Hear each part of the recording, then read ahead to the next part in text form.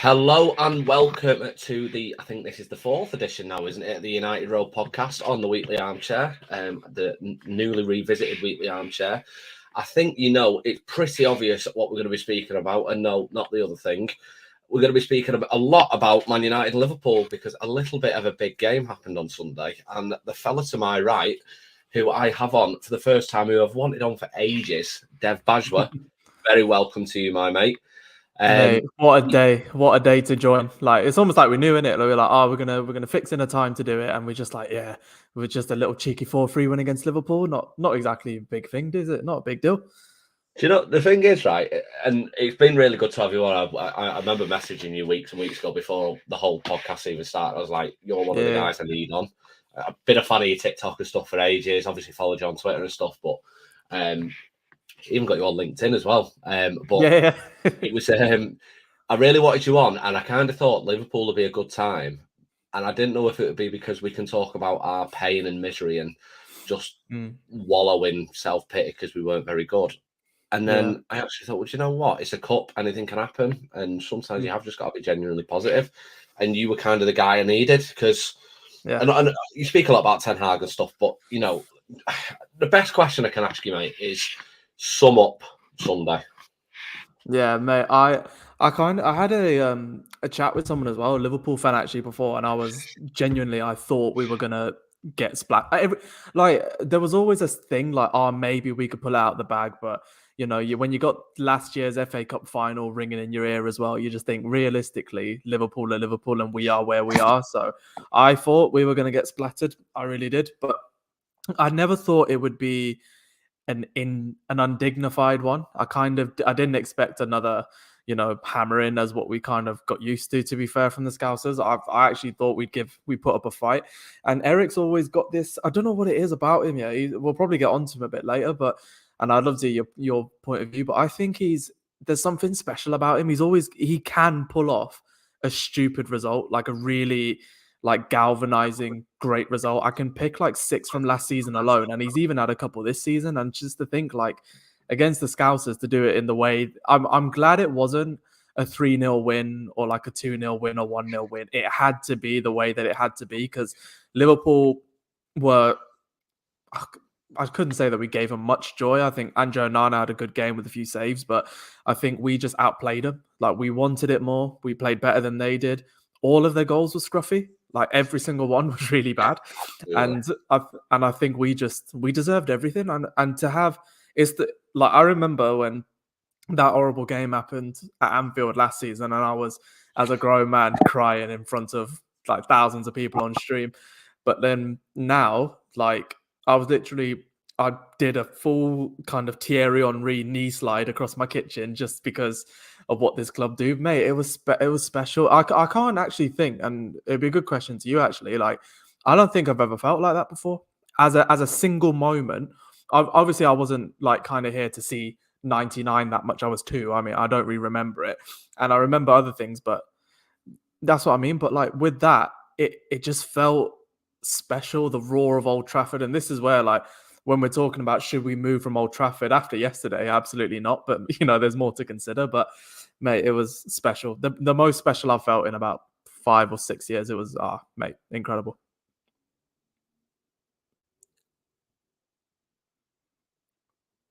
Oh, you're muted, mate. I can't hear you on your side.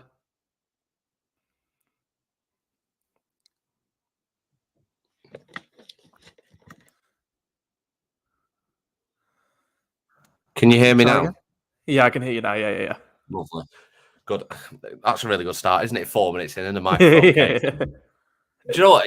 Well, what I was saying there was, we'll speak a little bit about Old Trafford, and obviously you mentioned it there a bit later on with Ineos's recent comments and stuff. But you're probably right. I get it. It wasn't a final or anything, but I don't know if I have ever felt like that. And obviously, I watched it on the watch along on Stratford Paddock. Shout out to them. It was. I never believed I'd sum that up as probably the greatest feeling you could ever have as a United fan. Beating Liverpool in the very, very last minute of a game to knock them out of the cup. I don't think there's a better feeling. I genuinely don't think there's a better feeling than that.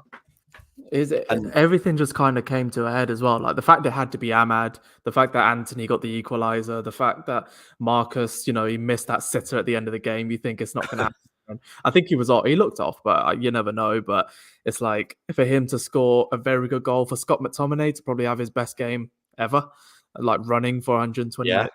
absolutely. Like Bruno centre back, Anthony left back. Like that reminded me of the old school Man United, and that's why I always love Ten Hag, because he goes back to that. Like I think football's gone into this world where you have to be an ultimate tactician. You have to like have a system, have a way of playing. Whatever happened to just giving players a rough system, a guide, but then a license to do what they're best at? That's what Fergie did. Like Fergie didn't really have that. He wasn't that great a tactician, but he led through saying, "You're playing for this club, run through a brick wall." And every single one of those players yesterday ran through a brick wall for a manager who's been under so much unnecessary slack. Like I'm just glad we got it for him. I was buzzing for him almost as much as I was buzzing as a United fan. Yeah, absolutely. I mean, I'm assuming you can hear me still now. I've not Yeah. muted again. Yeah, good. Do you know what? The thing is with that, and I think there's been such an over reliance though, hasn't he, on styles of plays and philosophies and all that sort of stuff. Yeah. I didn't think we had any kind of style of play on Sunday. I think we No? went. The best way to describe it is we went for it. We literally just Yeah. went. You know what? We're going to give them a game. We're going to see what happens. We've got injuries, fine. So have they. Let's give them a good game. We're in the cup. Let's attack. We want to get them out. Yeah. And that's how I want to see United be. Take risks, attack, get forward, score goals. If you score 4, Wales score 7. It doesn't really matter. And that was kind of the thought. And I don't feel like I've seen United do that for such a long time. No. Almost to the point where I was kind of like, this is what I want to watch. And do you know what? Yeah. You can moan, and there was little bits of the game where still it was a little bit like, oh God, we weren't great and whatever. But you can't really focus on stuff like that when you win 4-3 in the 121st minute. And I thought it was huge credit to Ahmad. I know he's had stick because of a lot of the things Ten Hag's probably done or done in inverting commas recently. But the guy's fasting.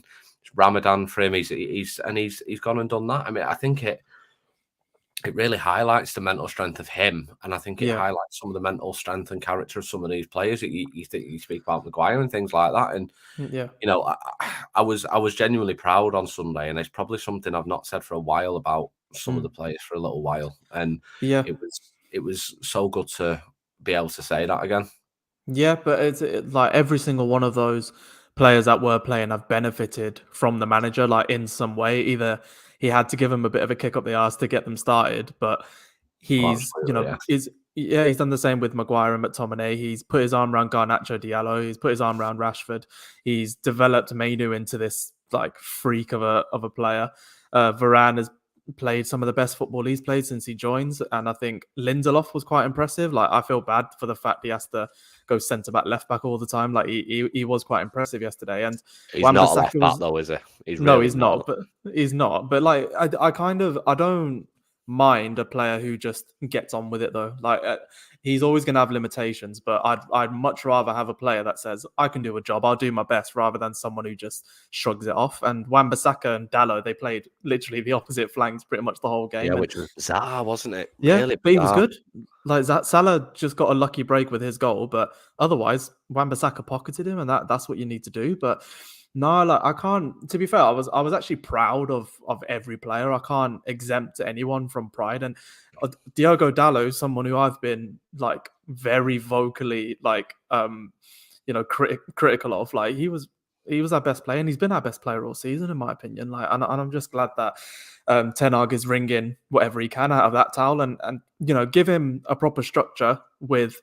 Like he had at Ajax, like he's had at previous clubs, where he can focus on what he knows best and get into the particulars of things, then he'll be a success. I have every faith that Ten Hag will be the guy. I'm just glad that I think that one result has bought him the rest of the season, because you can't bring another manager in to go to the FA Cup final if we beat Coventry. So I think that's bought him the season, and I think he deserves it. Yeah, I mean, I'm glad you said that. Do you know what? And I did see it was a video today. I can't remember who said it, but I think with the structural issues and everything else that's gone on around the club, with the takeover issues and how long that took, and just everything else that's come around it with the talk in the media and stuff like that. And also, if you had the underwhelming list of managers who are tipped to potentially replace him, I don't see any other option but to keep him anyway. Surely you give him the option. I mean, Yeah. I personally think that Ineos may have already made the mind up, and I do hope it's to keep him. Yeah.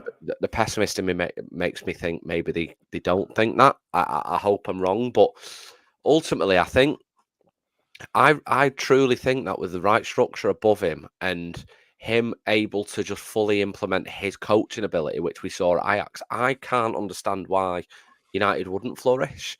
Like, look, I know he's made a couple of issues and mistakes in the transfer market, and look, and I don't want to speak ill of the players, but it's no doubt that, you know, £86 million on Anthony, who definitely is an £86 million player, was probably not his best decision. And I think if you take that sort of ability away from Ten Hag, then why can't Ten Hag take us to that next level? Because I truly think he could do. Yeah, well, I think on like sort of the transfers as well, I feel for him a little bit, only because I can't think of many options where he's got his first choice player each time. I would say that, you know, he wanted Martinez, he wanted Onana. Onana obviously struggled. He's doing really well now, but he definitely wanted Anthony. But he said he wanted him about 3 months before we got him when we were Yeah, quoted. absolutely. Like, When he do you was know what I mean? quoted at Ornstein said, 25 million, yeah. oh, yeah, it's come out. He said it was, and if he's coming in at 25, no one's batting an eyelid at that. But then if you're Ten Hag, and I have to give him credit for this, like if you're him and you've, you know, lost one right wing who can't be mentioned because you'll get demonetized after what he did, the one in Getafe, when you've lost him and you can't get the best out of Sancho just yet, then you're saying, okay, either it's Anthony for a lot of money or no one, but we've got, and he's being told by Murtagh and the people on ahead of him, we can afford it. You're going to take it because what else? What's your other option? And he's done that, and he's brought him in. He started off really well. I mean, Anthony's resume, a He very scored poor 4 one for goals an, in 4 games, didn't he? I think, if you yeah, but remember the start of his career. yeah. But as a resume as an £80 million player, it's poor. But he's still got an Arsenal winner, a Liverpool equaliser, a Barcelona winner, and a City screamer on his very small resume of goals. But yeah, like, and he had a court case of his own to deal with. And it's like, Ten Hag can't legislate for that. And Sancho, I think, is one of the worst bits of business we've ever done, because I think that is him, and like kind of not doing background checks on him and the kind of personality he is, says kind of how far from grace we've fallen. But Ten Hag literally put his arm around him and said, I'll give you 3 months off, we'll do this. And he then decides to mouth off when Ten Hag said nothing, and he overreacted like the kid he is. So I'm glad that Ten Hag is not only the type of tactician as he showed with other clubs and as he showed with us last season, but he's also a bit of a like football guy, and he's a bit of a man, and he stands his ground. So, and with the transfers, like I'm pretty sure over 60% of his deals are loans or free transfers. He wanted Kim Min-jae, he got Johnny Evans. He wanted De Jong, he got Casemiro. He wanted a striker, he got Weghorst, and the man put Weghorst at number 10, and he beat Barcelona. There's no, I don't think there's any manager who can do that. And I think like everyone does need to calm down, because if we had, I get that we pay more money than anybody else. We pay more in wages. That's because we're run poorly. Ten Hag has nothing to do with that, because he has never had anything to do with it. There's about 8 or 6 lines of 6 to 8, sorry, lines of authority that a transfer has to go for at United, and that's like part of Ineos's restructure to get rid of half of them. And we've already got a director of football, hopefully in Ashworth. We've already got a new CEO. Back Ten Hag with a CEO at the level of Van der Sar and a director of football at the level of Overmars, like just purely in football terms, will succeed. And that's the first thing that Ineos have done. So to now take it away from him, a manager who takes you to potentially 3 cup finals in 2 years, and with one of the worst squads last season. I don't know how he did that with that squad last season, because even though we lost 7-0 to Liverpool, we finished 8 points ahead of them and third. It's like, Yeah, I think people absolutely. just need to relax. Like, do you know what I mean? And I'm honestly, not yesterday, 2 days ago, is like probably the one time where I can relax, because I don't think you can get rid of Ten Hag for that. He's given us about 5 or 6 moments of magic, and I think he's going to give us more. So back him, honestly. And when I say back him, I mean back him with the right support network, not just money or any of that. Because if Chelsea have shown anything, money doesn't get you anywhere. You need the right support. So you give Ten Hag that support, he'll do what he did at Ajax. He'll bring many Mainu. He's bringing Mainu through. Amas is on the way. Camboala's on the way. Garnacho's developed. it's just going to get better. Back him all the way. Otherwise, and you mentioned it earlier there to just to round off the point that there is no one better. And when I say that, I mean no one makes me feel more excited than Eric Ten Hag at Ajax. No one takes me to that level. So you think Amarim, who's had a good season at Sporting, kind of is going to do a job? No. Alonso is on crack, and it can only go downhill from here. No. So there is no other option. Nagelsmann's the only one, but then he's tied into Germany until the end of the season. So there's no point. And Ten Hag, he's earned it. He's absolutely earned it. The thing is with Nagelsmann as well, though, is I don't see him much in the betting markets and stuff. He seems to be a lot of fans' choices, but it doesn't actually seem to have any traction. It seems to be the likes of Potter or Amarim or even, my God, even Gareth Southgate. Yeah. That would make me that'd make me puke. That's a disgrace. Yeah. If he was to come in, and we'll briefly mention him later on because of obviously some news that came out today. But my God, like that would be. He never will. I literally don't even know how to describe that. But I literally just don't believe it. I believed every other bit with when Oli was getting sacked or any of this. I just don't believe it with Ten Hag because all the ones that we're being linked with, even if it's reputable sources, it's like, oh, maybe Zidane's interested. What? Because Jean-Claude Blanc is French and maybe you can sweet talk him. Like, no. Oh, maybe Potter and Southgate. What? Because they're English and Southgate and Potter's English. Like, honestly, there's no footballing sense behind getting rid of a manager who's taken you to Wembley 4 times. There's zero choice behind it. And I don't think, like, people are saying now, like, oh, he should have waited for Mount to be free and because he's been injured. Like, he would have waited for Mount to be free had he got his first choices in, which he never got. And again, it comes down to it's Mount or no one. And on the last day of the season of the transfer window, we get Amrabat on loan because it's someone he knows and that he can say yes to. I have very little, like, just based on how Man United operate, I don't believe anyone who says that Ten Hag is going to them saying, get me Amrabat, whatever the cost, get me Mount, whatever the cost. He'll say his players, they'll say theirs, and then it will come down to a deal being done. And he'll probably have a green light over that, but it'll take 2 or 3 more. So to lump it all on him when you're not going to lump it on him when it goes right, because Malacia has disappeared off the face of the earth. He's probably run off with Kate Middleton or something. And he was a 12 million, 13 million pound player, a good one. Martinez, very good signing. Onana turning into a good signing. Hoyland's a good signing. Give him his flowers then. Mainu, he said in pre-season he's going to be my starting centre mid and would have played had Real Madrid not injured him. So why can't we give him credit for any of the good stuff? Wan-Bissaka's been better. Dallow's been better. Maguire's better. McTominay's better.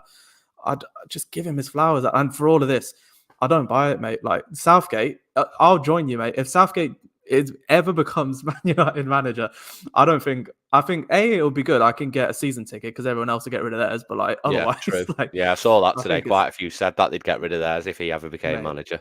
Which it'll is never be quite funny. It'll never happen. But do you know what? You kind of alluded to it there, though, and it's like, do you not think? I mean, it's probably typical United, and it's probably happened with all our managers, probably more so after Ferguson. But do you not think it's a typical overreaction of probably a few sections of the media that, one bad game, right, he's going to get sacked, but then when something good happens, it's completely ignored and brushed under the carpet? Do you think it's a case of we can't give United their flowers because, oh God, what if they're good again? Yeah, mate. People are scared of Man United. Like, look at Jamie Carragher on Sunday and his reply. Like, why did he have to say anything? Why are you that pressed when your team is so far ahead of us, like on the scale of the last 10 years or so? Well, we finished maybe 6 times in 10 years, but still. But like, how you still somehow managed to be annoyed about us just proves how massive we are. Like, you could tell by, obviously it's a different metric now, but the engagement on socials or the engagement anywhere else in the media, always going to be a lot more when it's Manchester United than any other club. Maybe Real Madrid are the only one. I can only think of them that are bigger than us. And Liverpool are a magical club and a massive club, but they're not as magical as us, and I don't think they ever will be. Arsenal will never reach that level. Chelsea and Man City physically can't because of how they get their success over us, and we've got that factor. And no matter what, I think the media is actually, if you do just take a second to step away from the eye of the hurricane a little bit and just look at it with kind of fresh eyes, it's so obvious that they just want us to fail. But I love it though. Like, I would much prefer to be hated than ignored. Like, we are the quintessential club that everyone just wants to see fail because we ruined all their childhoods. We made everything difficult. Like we've had two dynasties when most clubs don't get one, and we had two of the most era-defining dynasties in football history. Like England's 1966 World Cup squad was not captained by our man, but led by our man. You don't get half of any international squad like England without us. You don't get any Premier League history without us. You don't even get 60s and 70s first division without us. Like Liverpool had their time for a little bit, and their next dynasty yielded one Premier League trophy, and City robbed their way for the rest. It's like no one can come near us. So I just think, it's I don't know about you, but I like it. I do like it when I see these stupid stories come out. It's annoying because we don't need it, but I think Ten Hag is one of those men who will just look at it and be like, it's all bullshit, and I think he knows that. And yeah, like I do agree with you. Like if something goes right, no one gives us our flowers, but that's because we've taken too many off them and they just don't like us, and that's fine by me. That's how football works. Do you know what? It's kind of, I can't remember what journal. I think it was it Martin Samuel, I think he was called. He said, Mm-hmm. you'll never go poor if you don't if you fill your back pages with Man United. And I feel like that's kind of the most obvious thing that it is at the minute, though, isn't it? And I think they are all terrified. A well-run Man United is a club that really can't be beaten. And I'm sorry to say that for rival fans, but it's true. It's like you mentioned there, football's cyclicable. Yeah. You know what I'm trying to say. Cyclical, it's cyclable. Yeah. Yeah. And Liverpool had their time in inverting commas in terms of the one Premier League, Champions League, whatever. City have obviously had success in terms of how they've come upon it. That's another debate for another day. I'm sure many people have got many opinions on that, but it has happened. Yeah. It will come. Man United's time will come again. Football, it's the way football goes, and Man United will come again.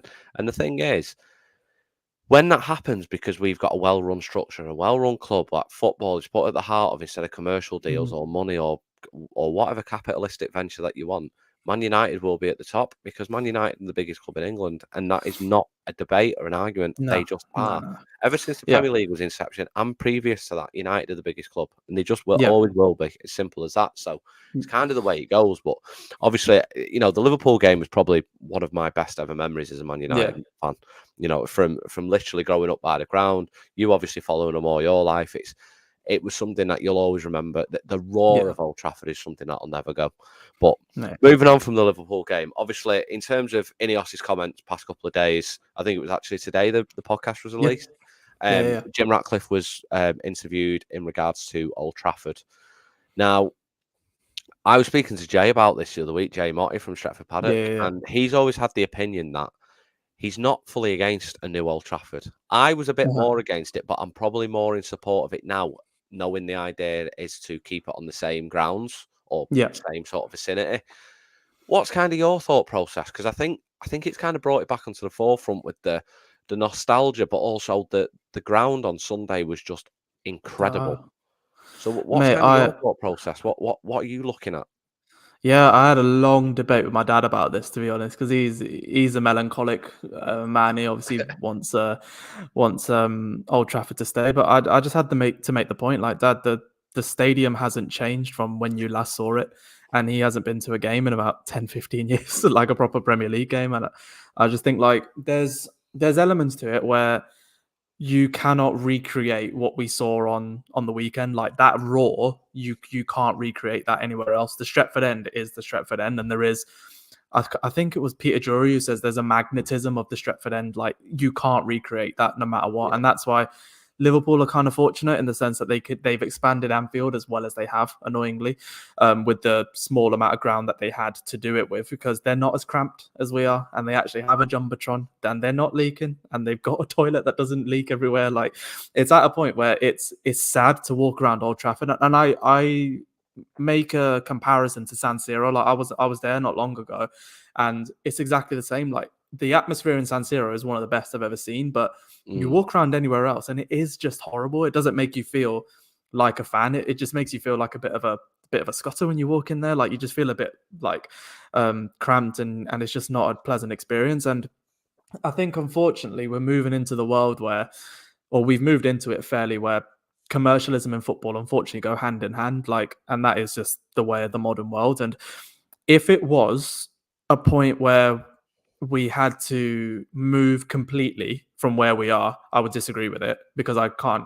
It has to be where it is. Yeah, I completely agree with that. Yeah, and at the same time, renovating, the cost of renovation versus the cost of setting up a new one is negligible, really. Like, it's a few $100 million. It's obviously, not small, but it is, when it is that much, I think a new stadium is better. And the current one, the limitations of it sets us to a point where we will hit a ceiling, and we won't be able to have it as a venue for other extra football stuff when the football season's off. We can't make money from it in any other way. Like Tottenham Stadium, I want a Tottenham Stadium at Man United. I want that stadium because it is beautiful.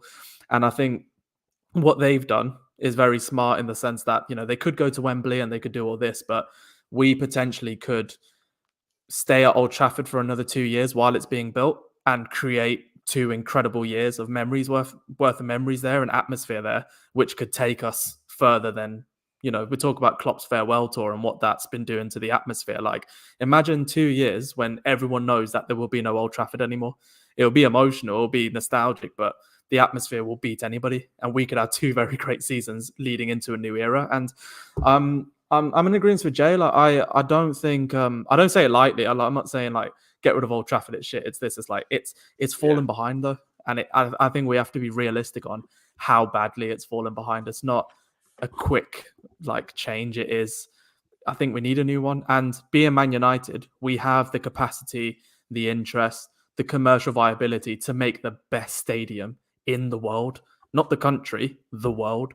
And when you have that option, I think you have to take it. I mean, that's kind of exactly what Jim Ratcliffe was alluding to, though, wasn't it? Yeah. It was kind of a case of Wembley of the North, I think he said. Yeah, well, effectively, yeah, but it's not even that really, though, is it? The South has got Wembley, it's got the O2 Arena, it's got Twickenham, it's got all these places. And he was saying about, you talk about levelling up. The North hasn't got anything like that. And obviously, it's got the football stadiums like, your Anfields, Old Traffords, Etihad's, all that, fine. But it's obviously not the same as what's in the South. And it's not just a case of do it for Man United. It's a case of do it for the economy of the North and the Northwest and Manchester, because, you are right. Tottenham have Beyonce playing there every other week, and NFL and all these NFL and they got go-kart tracks and stuff underneath it and all this sort of stuff. And it's like the revenue Tottenham have been able to bring in just purely through that stadium has kind of propelled Tottenham to kind of that next level. And you'd start expecting Tottenham to regularly be top 4. 15 years ago, Tottenham were never really anything to me. They were always they were always a sort of 9th, 10th, 11th. They're a bit of fun, weren't they? Like, get your 3 points and bounce. Like, that's what Ferguson famously said, lads, it's Tottenham, didn't it? And over the last probably 10 years, they've become a club of you'd expect to be in the top 4. There's been times of talking about them winning the league and things in the last few years. So it's and potentially even to start this year when Ange came in. So it's a bit of a weird one, really, when you think about it. And that could think of that, but on a scale of Man United. And I think with all that sort of stuff, it could genuinely propel United to not unbeatable, but certainly continuously up there and continuously fighting. Because let's be real, Man City couldn't ever compete with what United's outside of the owners have got. No. They just couldn't. They couldn't compete with what Liverpool have got, as much as it pains me to say, but they couldn't. They're probably similar with Arsenal and other clubs around Europe. And I think that's the one thing that City will always lack. Yeah. Not to genuinely slate City, but it is. It's just the case. And I think ultimately it would break my heart seeing Old Trafford go. And I think it'd definitely be a way where we could keep it in some capacity, whether it be for the training or for the women's team or the under-23s, whatever. Similar to what Madrid have done, similar to what Barca have got, similar to what City have got. There's definitely something, because that area could be a mecca for sport. It really could be. And I think, of course, he said, renovating Old Trafford would cost hundreds and hundreds of million. A new stadium would probably cost a little bit more. Yeah. As long as we get it right and we keep the nostalgia and we keep those main monuments of, the statues and the Munich tunnel and things, Bayern Munich didn't lose their traditions. I'd argue Juventus haven't either. So why can't United? And I really think it's a really big argument. And I think those that don't want it to go, and fully nothing wrong with this, I think the nostalgic reasons are probably too strong for them, and I Yeah. completely get it. Completely Yeah, get yeah. that. But I just wonder, like, has the Glazers' neglect of the stadium left it beyond repair now? Yeah. And is that why the new stadium talk has got to the point where maybe we kind of just have to do it? I Yeah. don't know. I think it's a really big debate, and I think it's going to get bigger and bigger over the next 12 Yeah. months. And I don't think anyone's wrong. That's the thing. Like, That's I the thing. think Nobody's everyone's wrong. got Yeah, you're right. nah. I think everyone's got a fair opinion on it. But I think like with the Glazers, like somehow even like with their neglect, they've proven how massive we are in a stupid way because we still attract massive names. We still spend loads of money. We still make loads of money, despite having nothing coming through from our ownership. So FFP is the one thing they've probably helped us on, in the fact that we can actually like not have to look at how much our owners put in because we know they just take money out. But the fact that they've now got their commercial side, which has been keeping the club going like for the last Yeah. 10, 15 years, and now to have, I think Sajib and what he's done, I'm so glad that he's now. I like a guy or a person in general who can just admit their limitations. And Jim's not coming in and saying I'm, a sports god and I know exactly what I'm doing. He's coming in and said, I don't. I love the club and where it can go, and I'm employing the right people to do the right jobs. And that's all we've ever asked. We've never asked of anything more. Just don't put an investment banker as our CEO. Don't promote someone who started as an analyst to be our chief exec in about 15 years. Like, get Omar Barada in, get Dan Ashworth, get Jean-Claude Blanc. Like, these are the real people. Like, Jean-Claude Blanc for me is the most exciting one. I've looked into him and I've known him for ages. I've looked into him and he excites me more than anybody else. So if that involves a new stadium, I think so be it, because we're moving into a superficial era where kids will want, like, as in players, like young players will want to play in the best stadiums and they won't care as much about the history and they won't care as much about the nostalgia. I think that's going to die with a certain set group of fans in the next 50 to 60 years. Like, I do think you just need a stadium that keeps up with the times, and it's Yeah. laughable at the minute. Like, I remember going to I went to the Newcastle game, actually, Carabao Cup, where they thumped us 3-0, and I was sat right next to them. And just to hear them shout, like, like Old Trafford is falling down, and to have nothing to say back is like, it was just embarrassing. It is a little bit of an embarrassment, that, isn't it? Do you know what? And their stadium's lovely, so I can't even say anything about St James's Park either. Do you know what? It's a weird one because as much as they all laugh at us for that stadium, I don't. I mean, I care to an extent, but it's still Old Trafford and it's all that. And Yeah. I'm.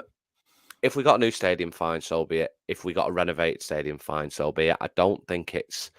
I don't. But which are you leaning to? Like, if it said like, Callum, it's up to you. Which one are we getting? Which one are you picking? Oh, do you know what? I hate it because I think it depends on the day. I think if you were to ask me that at 7 o'clock on Sunday night, I'd have probably said, "Don't ever get rid of this place." Yeah. But I think, like I said, I think it depends on the day. I think some days I'm like, do you know what? Maybe it is time. But again, only if it stays in the same place. If it was to go anywhere else, I'd be like, no. But completely agree. Yeah. if it was to stay on that land around Old Trafford, I'd be like, do you know what? Maybe it's just time. And I only say that because of the neglect that's been shown to the stadium. If it was still within repair, I'd have been like, do you know what? Fine. But it's like that comment there from Sean. Standing in piss isn't what you want to do. Another one there.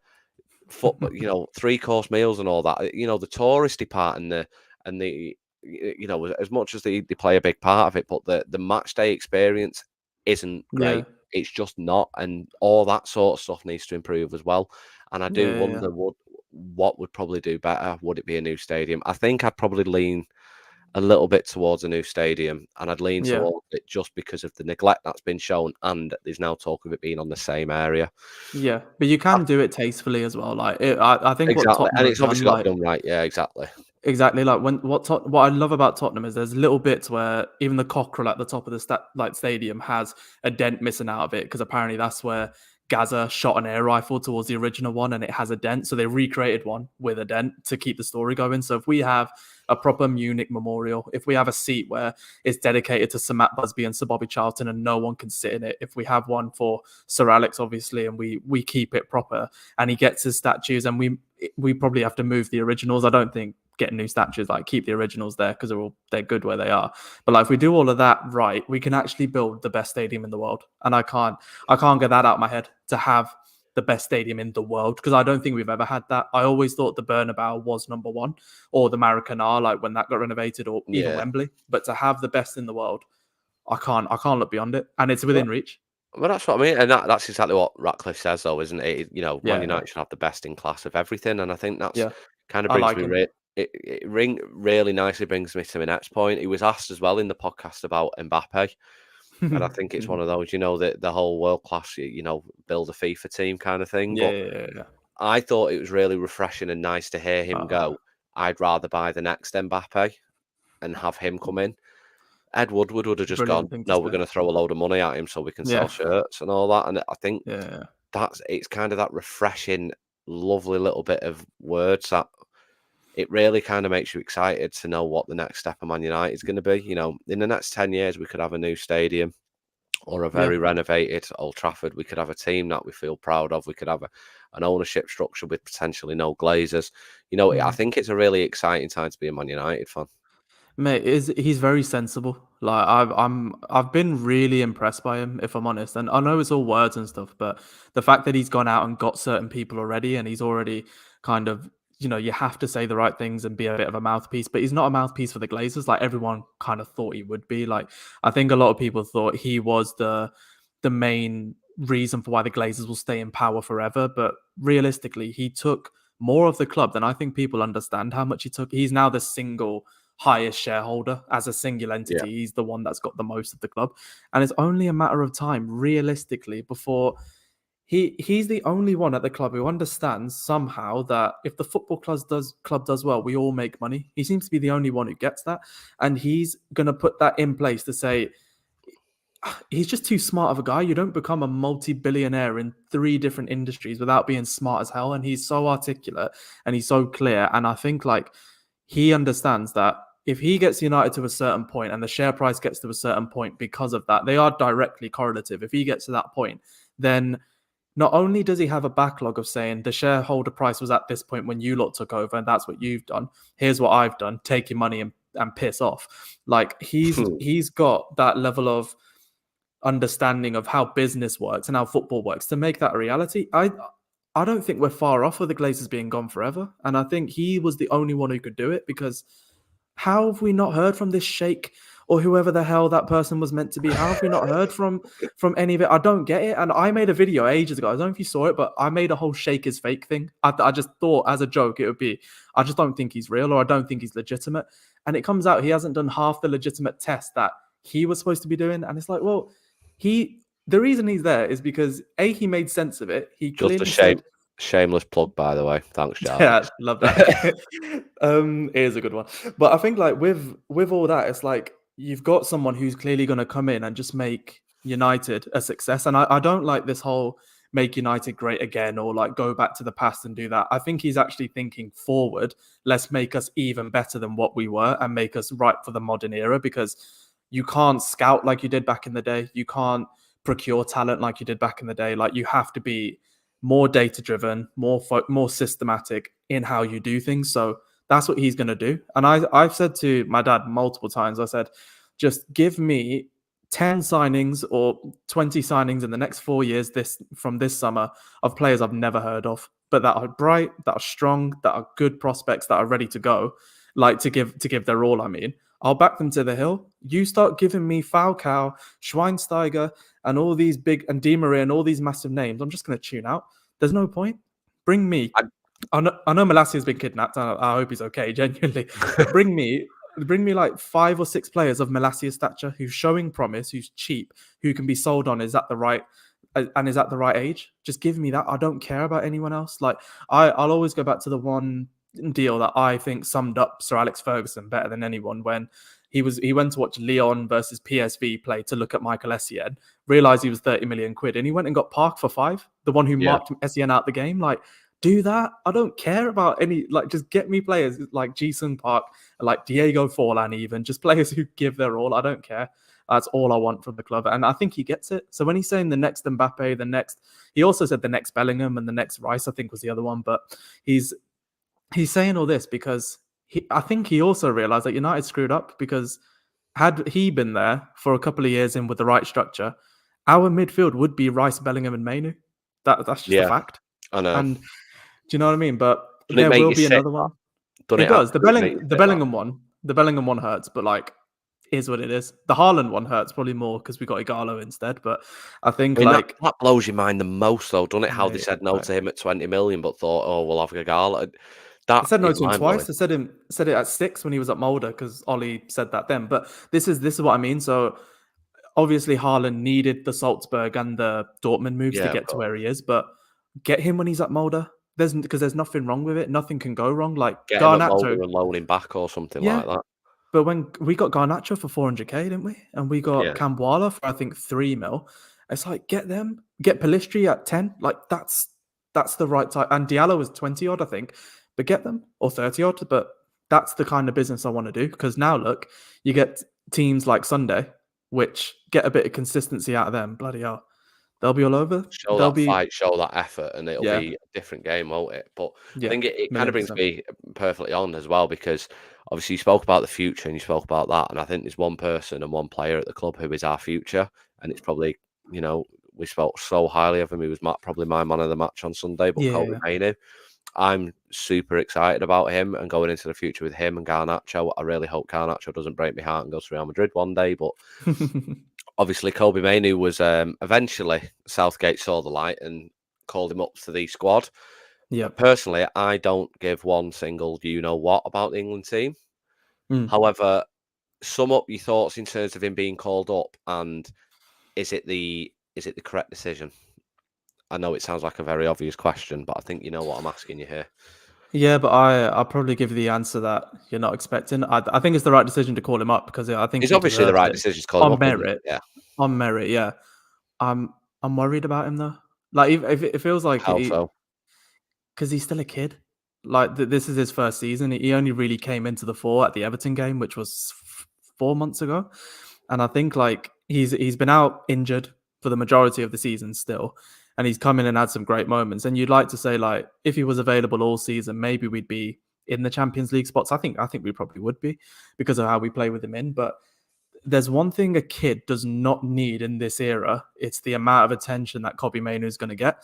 And I think the reason I say that is because I've still got a massive bee in my bonnet of how the nation, outside of Man United fans or outside of any decency, reacted to how Sancho and Rashford and Saka played at the Euros. And I think I'm very skeptical of how the media will react to a Kobbie Mainoo that doesn't play exactly how everyone wants him to. He's only going to get a finite amount of game time to show his worth. And you know, we're in the era where mental health is actually spoken about. It's always been there, but I just worry. And like, as it's stupid. He's 18 and I'm 27. It's not as if I'm talking like I'm his dad, but I worry about him in the sense that what if it doesn't go well for him, and what if he gets played and played and played, and then he turns into not a Rooney, because obviously he was an exceptional one, but he did deteriorate.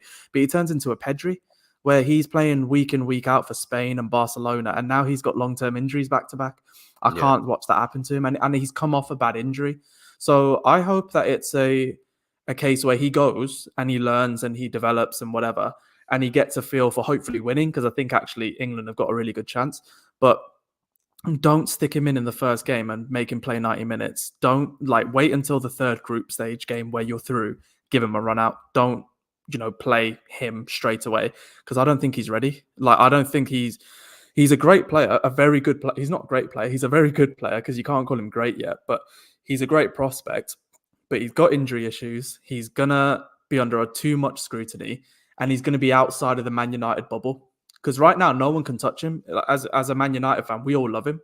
England, you now bring in everybody else in, and it just becomes a whole different game. So I think Southgate just felt like he had to, because when Ian Wright's calling you out and saying stick him in and you're not doing it, like, you have to. But I think he should have stuck to his guns and kept him in the under-21s. Let him star out in that and play at his physical level, because I just worry for him.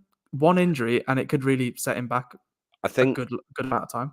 Yeah, I think me and you were probably speaking with our Man United hearts here, because I would have happily seen him not play even for the under-21s. I want him playing for United and United only. But I think my excuse me, I think my biggest worry for him is, and I think you alluded to it perfectly before with the likes of Sancho, Rashford, and Saka for England after those penalty misses.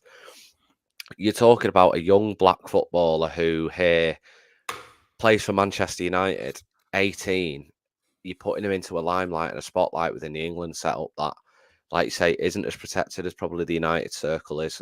Going all the way back to when Beckham was there as well, and you know, he was absolutely lambasted for what happened. And I think that's probably a big part of why so many United fans have turned their back on England, because of the treatment he got.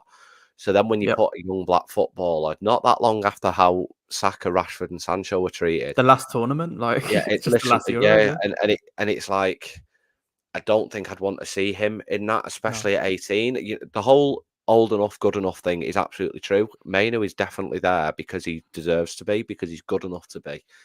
And because he's, you know, we say about his physical level, but he's, you know, he's showing his physical level now in the Premier League every week. So he's clearly there on merit, and I think that's a great thing for him. I just think as a Man United fan, I would rather him not play at all for them. I'd rather him have 2 weeks off and do that. And I think that is probably a sentiment many United fans think because of how Beckham was all those years ago and how the country treated him.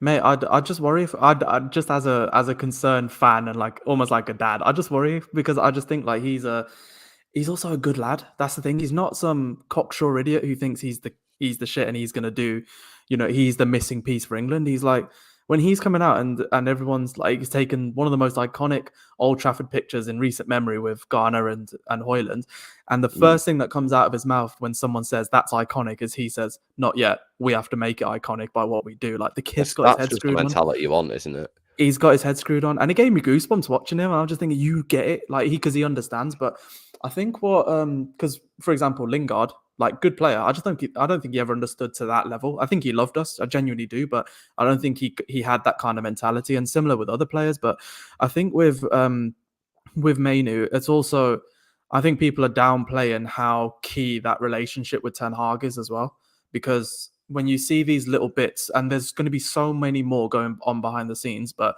when we've won the Carabao Cup and he's making a beeline to Mainu probably saying you're going to be in that squad one day, don't you worry, like get ready for preseason. And first preseason game he starts against Arsenal, I think it was. And it's just like, that's why I kind of worry, like if Ten Hag doesn't get the time, all these players that are actually benefiting from him are going to have to start at square one. And I don't think they deserve that. Like Mainu will have to start at square one under another manager. So will Garner, so will Højlund, Dalot, all the players that have done so well, Martinez, Onana. That's such a good point, though. Sorry to interrupt there, Dev, but that's such a good point, because just floating that over to Rashford, probably Martial to an extent, do you think that's hindered them a little bit because of the countless managers? You know, Van Gaal, Mourinho, Solskjaer, Rangnick, now Ten Hag. That's 5 managers that Rashford's had, Martial's had. Do you think has that hindered them? And could it potentially then hinder the likes of Mainu and Garnacho and all these others? Of course it has, because we talk about like playing a Man United style or playing a Man United way.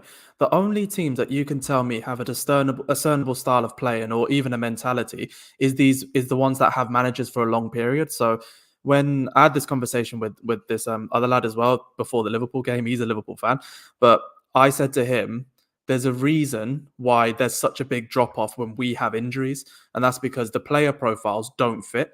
So Dalot is nothing like Wan-Bissaka. Malacia is nothing like Shaw. They're all so different. But Connor Bradley is built in the same mold as Trent. I'm not saying he's as good, but he's a similar type of profile.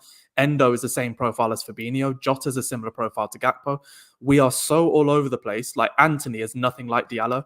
Anthony's nothing like Garnacho. And Højlund is nothing like anything we've seen since Rude. Do you know what I mean? As a big fast striker. So it's like, I think what we struggle with, and we're trying to get success quickly and all the time because we've had it for so long. But realistically, it is to a point where we have to just back a manager, not in the sense of a style of player. It's a style of mentality, because Ten Hag, I think you get certain players that can be developed by him over a certain amount of time.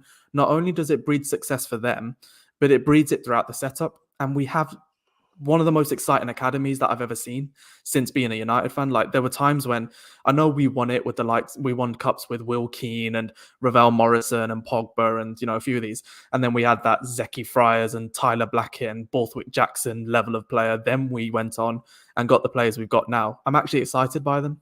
But if you keep changing the style, then I think you're going to have an issue. Borthwick Jackson was actually the year below me at school, so I won't have a bad word. He's a good lad. He was a good. He was a good have player. a bad word said about him. good lad, versatile, big.